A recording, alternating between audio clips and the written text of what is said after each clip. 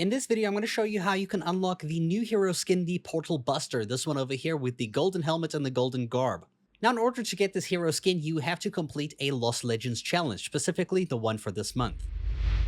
Now you can find this challenge as the Lost Legends button on the main screen. You go in here and the first one will be the Portal Pile. This is the challenge you need to complete in order to get this Portal Buster hero skin. Now you can make this a whole lot easier if you do this with friends, but I'm going to show you how to do it solo in case you don't have friends. If you're not aware what this challenge is about, basically you have a village to protect. There are 3 Peglin portals that will spawn waves of enemies to attack you. First thing you should do is go ahead in the area, try clean up all the wood and the stone that is blocking your path, because these are areas you're going to want to build on, so get rid of those. So the first 2 things you're going to do is set a plank golem spawner roughly at every portal, but we're going to start at 1, and then we're going to use 2 arrow towers. 2 arrow towers, and then you're going to summon all 10 of your plank golems. Don't worry if the enemies don't come from this region. We're going to recall them to another region if we need to. So here's the wave coming in. You can see the little red flag at the top of your screen indicating which portal they'll be coming from. Now you're going to build one of those other arrow golem spawners over here, as well as 2 extra towers. Now they're only going to be attacking from this region. Like I said before, clear out as much of these resources as you can. And then you're going to use this recall button over here to recall all of those 10 ones that you summoned at the other one. And then you're going to use the charge mechanic, which is control for PC, and it's right trigger in for console. For the final portal, you're also going to put down 2 towers, and once you can put down a spawner as well. The most important thing you need to do after every wave is return to the well house to receive and open the chest to get your next amount of resources, and these are what you're going to be building with. Each wave will give you more and more advanced resources as you play on. Right now, we're going to put a few extra arrow towers, but eventually we're going to move on to scatter towers, and we're going to abandon arrow towers entirely. For now, we're just going to make sure we survive this wave by just going to the 2 flags that are going to be attacked. 2 sides will be attacked at random, and you also are only limited to your 10 arrow golems right now. So leave 10 at one side to deal with the enemies, and then you run to the other side and you fight them just with your melee, just to slow them down so that the arrow towers can help you kill them and that they don't destroy anything like your arrow towers. This one is a very easy wave. After the wave ends, go and receive your chest with the new resources. This time we're going to be building scatter towers. These towers are amazing at doing damage at close range, and if you stack them all next to each other, like, we're going to build basically an entire wall. So this is quickly what the end game layout looks like, what we're going for. And that is what we're going to build between every single portal and our base. Okay, now it's time to build a carpenter hut. You're not going to want to build it too close to the towers. Give it a little bit of space. You're going to want to build some more scatter towers. Literally every single round, you want to build a few scatter towers as much as you can. Finish all your coal resources to build. You can also summon another 10 mobs, so summon another 10 of these arrow ones. We're only being attacked from one direction here in wave 3, so we're going to bring our mobs over with us here, and we're going to set them to basically charge this location here so that they can defend all the enemies that are coming there. In cases like this, don't sit around to just watch, and don't really use your sword either. Rather go around and try collect some extra resources from wood and stone around the area, clear them out just so that you can get set up. The next thing we're going to build is a grindstone golem spawner, ideally at each of the locations. These are great to send them on for certain enemies that are going to be a bit of a nuisance later on, and these will help stun them. Go open up the chest as the new wave gets ready. This time we're going to build another carpenter hut this side over here, and we're going to put way more scatter towers around on each location as much as we can afford, placing down the grindstone golem spawner in that location, and we're basically just trying to repeat the same process that we have for all 3 corners of the base. Our mob cap is also raised to 30, so let's go summon some more mobs and send them to one of the sides where we're being attacked here. We're going to just summon all the way to 30. If you can have maximum mob count for most of this challenge, trust me, this will be a breeze. It gets a lot easier. It's like the beginning is probably the hardest part because you have to get all set up. And that is the end of the wave, and we go ahead and we collect our rewards as we move into wave 5. Keep up the process of putting down more scatter towers. Like, you need tons of them. Just stack them up. You'll notice your mob cap has been raised by another 10, so a maximum of 40 units by the time you reach wave 5. Try fill out that cap here. We're actually going to place down a masonry right in the middle over there, just by the village building that we placed at that location, to help turn our structures into stone so that they don't take as much damage. That is something we're going to also want to set up as soon as we can. Obviously, we're only going to get enough resources each wave from now on until we can build one of those at each corner. Okay, cool. The enemies are attacking here. These are these bomber ones, which are annoying to deal with. Some of them will inevitably make it to your well house. Don't worry, you won't lose. You will take some damage, but your carpenter hut here will heal it. And that is probably the closest and the only time your enemies should ever hit your well house again. So yeah, that was A little bit of a cheeky wave, but that is how that one goes. And now we move on to wave 6. So that one side that took a lot of damage, we're going to go there and build some more of our scatter towers up. I believe a few of them were destroyed, but this is the last time we're going to lose this much stuff here. We're literally going to build as much now. As we're reaching the later waves here, we're getting a ton more resources to build more buildings. Our mob cap has also been increased to 50, so make sure you go to the one side that's being attacked. Over here, we're being attacked by a moderate-sized army, and we're going to go summon some more mobs to come fight for us on this side. We're actually going to recall since it's all being attacked from one side over here, and then we'll just summon more on the other sides as we get ready here. So this is just a little bit of a battle here. You can run in yourself to try distract these ones over here, these ranged units that will cause a little bit of havoc. So you can run in there to disrupt them. Just be careful of dying, I guess. Now, since I recalled all my units, I'm going to take half of these over here, and I'm just going to run back to this side, and I'm going to use the command feature to tell them to charge and go that location. Trust me, you got to get used to using these features so that you don't have to run all the way there. Open up the chest. We're in wave 7. I'm going to go to one of the other sides that I haven't built so much, and we're going to put some more scatter towers down, and we're going to try get a masonry up over here. Try get it in a location where we can try upgrade all of those buildings into stone as they go. We're also going to go ahead here and use the building menu over here, the song melodies, and try get the things, the upgrades for the towers. So that's the Kaboomery, the Spyglass, and the Battle Drum. You want those on your hotbar so that you can build them as you need them. Replace things like the walls and the ramps because you're not going to need those. So wave 7 allows you to have an extra 10 mobs to your mob cap, a total of 60, but you also, as wave 7, are going to be attacked by a massive horde of enemies. They're not going to be like super strong enemies, but there are a ton of them, and you can see they're going down really quickly. I think there's like 400 that come at you. We're going to win this one nice and easily. It's already like almost halfway down. As you can see, their unit counter, they're just like being deleted.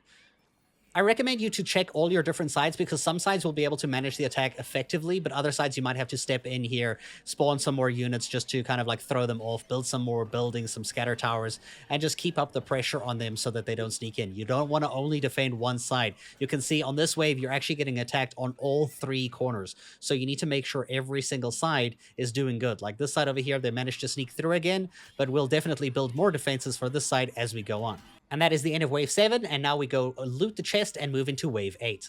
On this wave, you'll have the resources to put down your final masonry at the final corner of the base so that you can face the next portal and make everything stone. We're also going to go ahead and build a Kaboomery. You want to get this as close to some of the scatter towers and archer arrow towers, everything that has like the most towers there, so that the arrows from it are explosive and deal splash damage to enemies when they're nearby. This is the side that I'm getting attacked on like the most like weakenedly, so I'm putting the Kaboomery there first, and we're going to put another upgrade, the Spyglass Overlook, to increase the range of our towers. We're going to put it on this side over here so that we can slowly buff up our towers so that they do more effectively. And this time we're going to spawn in skeletons. You want to get rid of your plank golems. You don't need those anymore. You're going to replace them with skeletons. Skeletons are your next troop that you're going to use until the end of the game because they do a lot of damage and they do range damage and they can shoot over the towers and for a very far range. So skeletons are what you're going to be summoning it from now on. So as you find time and you set up the locations, you want to just go ahead and replace these spawners here and just, send any troops that are there in front of the towers. I find that this is a nice mechanic to use. It saves you from your buildings getting destroyed and the enemies breaching your base. So as you can, just replace those plank golem spawners with the skeleton spawners. And then that is the end of wave 8. Let's go loot the chest and begin wave 9. All right, cool. So the next upgrade we're going to build is the Battle Drum. We're going to put it by this side over here, and this is going to increase the speed of how quickly these towers shoot. And we're going to put down some more scatter towers here. This is probably the most defended section of my base right now. It was also the weakest at one point, and we're just going to go ahead and replace that spawner over there and put down a skeleton one. Make sure we have a grindstone golem spawner here as well. So skeleton and grindstone golem spawners on every single location. Those are very important. This is also the first wave that the enemy will send those elephants with those like lava launchers that are going to shoot. That thing over there, you can see it can shoot your buildings from a massive range. Ideally, you want to get grindstone golems and skeletons, and then you're going to use the focus target attack thing over here to attack those down. All right, cool. So that thing will be distracted and taken out by those skeletons, and the grindstone golems will stun it if you have any. I do recommend having those around for your base so that you can use them. In that case, I didn't have any, but we're going to go ahead and move on to the next location here. You can see our mob cap is actually currently at 80. So as I always recommend, make sure you have as much units to fill out that mob cap entirely so that your units can defend your base, because they do a lot more damage to these enemies than you think. That is the end of wave 9. Go ahead and collect your chest, and let's begin wave 10.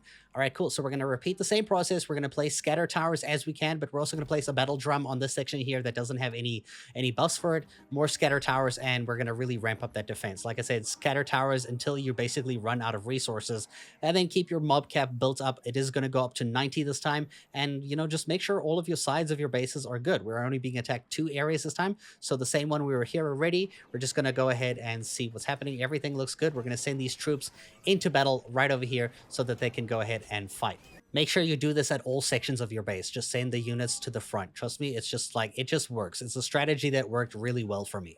This wave does get a little bit tricky with those potion throwers, so you might have to summon in some more skeletons and more units as you need them, because those potion throwers are really good at killing your mobs. So make sure you revive your mobs before the wave ends, or like as the wave ends, so that you can have your army back to its full force. And that is the end of Wave 10. Let's go ahead and loot our chest for more resources and get to building some more stuff. As always, fit in a few scatter towers where you can in open little areas, just so that it's all like in range of the units that are going to be attacking you. Your mob cap will be at its maximum 100 right now, so it's not going to get any bigger than that. That is the maximum you can get throughout this. So try, as always, keep your mob cap and like your mobs that you have as close to 100 as you can, and then send them in front of the towers. It just works better, especially with those grindstone golems. Also, a reminder to check on all corners of your base and make sure everything is being defended equally instead of one side more than the other. So again, make sure you spawn an equal amount of units, you have equal amount of scatter towers as best as you can, and then send them all to the front so that you can have your each corner of your bases by the portals defended really nicely. Okay, so that is the end of Wave 11, and in Wave 12, we get the Blast Tower. Now, this is something very important. You get 3 different types of towers. The Blast one is the first one. Go ahead and put it on your hotbar immediately. Now, you're going to build this only at one side. You're going to build all the special power towers at one side, and you're going to build it near the front. I'm going to put the Blast Tower over here so that it's nice and near the enemies there, because it's going to do a lot of the work for you. I'm just going to defend the front of it by putting down scatter towers all around it like this, so if enemies do get up to it, they can't attack it directly and destroy it. Also, try keep up with your tower upgrade. So we're going to build another battle drum there for the scatter towers on that side. If you can, try use the spyglass, overlook the battle drums as well as the kaboomery to buff all of your towers. That will be the best. Like right next to the kaboomery over here, I'm going to place a spyglass overlook, so not only will these towers reach a further distance, they will also have that explosive damage or the AoE damage from like the hits from the kaboomery. And then just as usual, spawn in mobs as they're dying. You can see here I'm also using some mossy ones. The mossy ones are really good at healing your mobs, so I did like spawn a few of them and send them with the thing. So that is the end of Wave 12, but now Wave 13 comes with the stun tower. The stun tower is fantastic. We're going to use it on another side where we didn't use the Blast Tower. But first, go ahead and open up your chest reward to get the resources, and let's go ahead and build that. So we're going to build the stun tower on this side over here, opposite the one where the Blast Tower is, and I'm going to put this roughly over here. It does have a much bigger range than the other ones. The stun tower is probably one of the most overpowered ones because it will literally stun enemies and keep them in place for a while. We're going to place a few arrow tower buffs so that we can keep our scatter towers doing really well, making sure to rotate and summon mobs and send them into battle as we need. And don't forget that your resources reach a cap, so every time you go into a new wave, you do get new resources and you want to spend them as much as you can, so place down more scatter towers and whatever buffs and things that you can build, because trust me, it's just going to help you so much in the long run. Like another spyglass overlook so that those towers can get a nice deeper reach into the mobs that are attacking, and maybe even a masonry over here so that they can turn into stone. So once you beat Wave 13, you will unlock the Frost Tower for Wave 14. So the Frost Tower is the third and final tower that we'll use, and this one we're going to go ahead and build on the other side so that each side has one of the major towers. One has the Blast Tower, one has the Stun Tower, and this one is going to be the Frost Tower. This one has like a shorter range, so I'm going to try push it up a little bit here so that it's on like the one side but not too far back, because otherwise it's just not going to be used. We want to make use of its effect. And then place another buff down for increasing our range of these towers over here, and some more scatter towers in front of this tower so that it gets defended nice and easily. We also have the kaboomery unlocked again, so we can build another kaboomery, and we're going to put it over here so that those arrow towers do nice explosive damage. I don't know why I couldn't build it from the one side, but now I can build it. Very weird.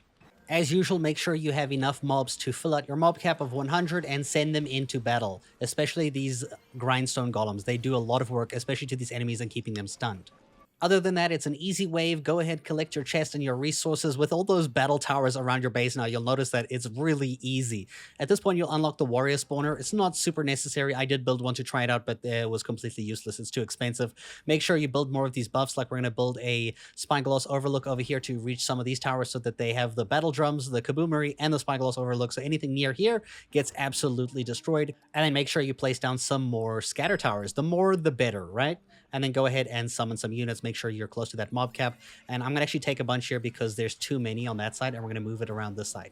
Now, wave 15 is another horde wave where 400 enemies are going to attack you, so go ahead and make sure you keep an eye on things. This one enemy over here, this one that rolls, is probably the most dangerous one. It's probably going to do a lot of damage. If you can send your grindstone golems on it to stun it, it will be fine, but I trust my towers and stuff to kill it, that it should be fine. These little units, I'm going to send them into battle here. I like to always make sure we have some grindstone golems and some mossy golems over here so that they can be in the front lines healing as well as stunning enemies that get close to the skeletons. It kind of keeps everybody alive in that way.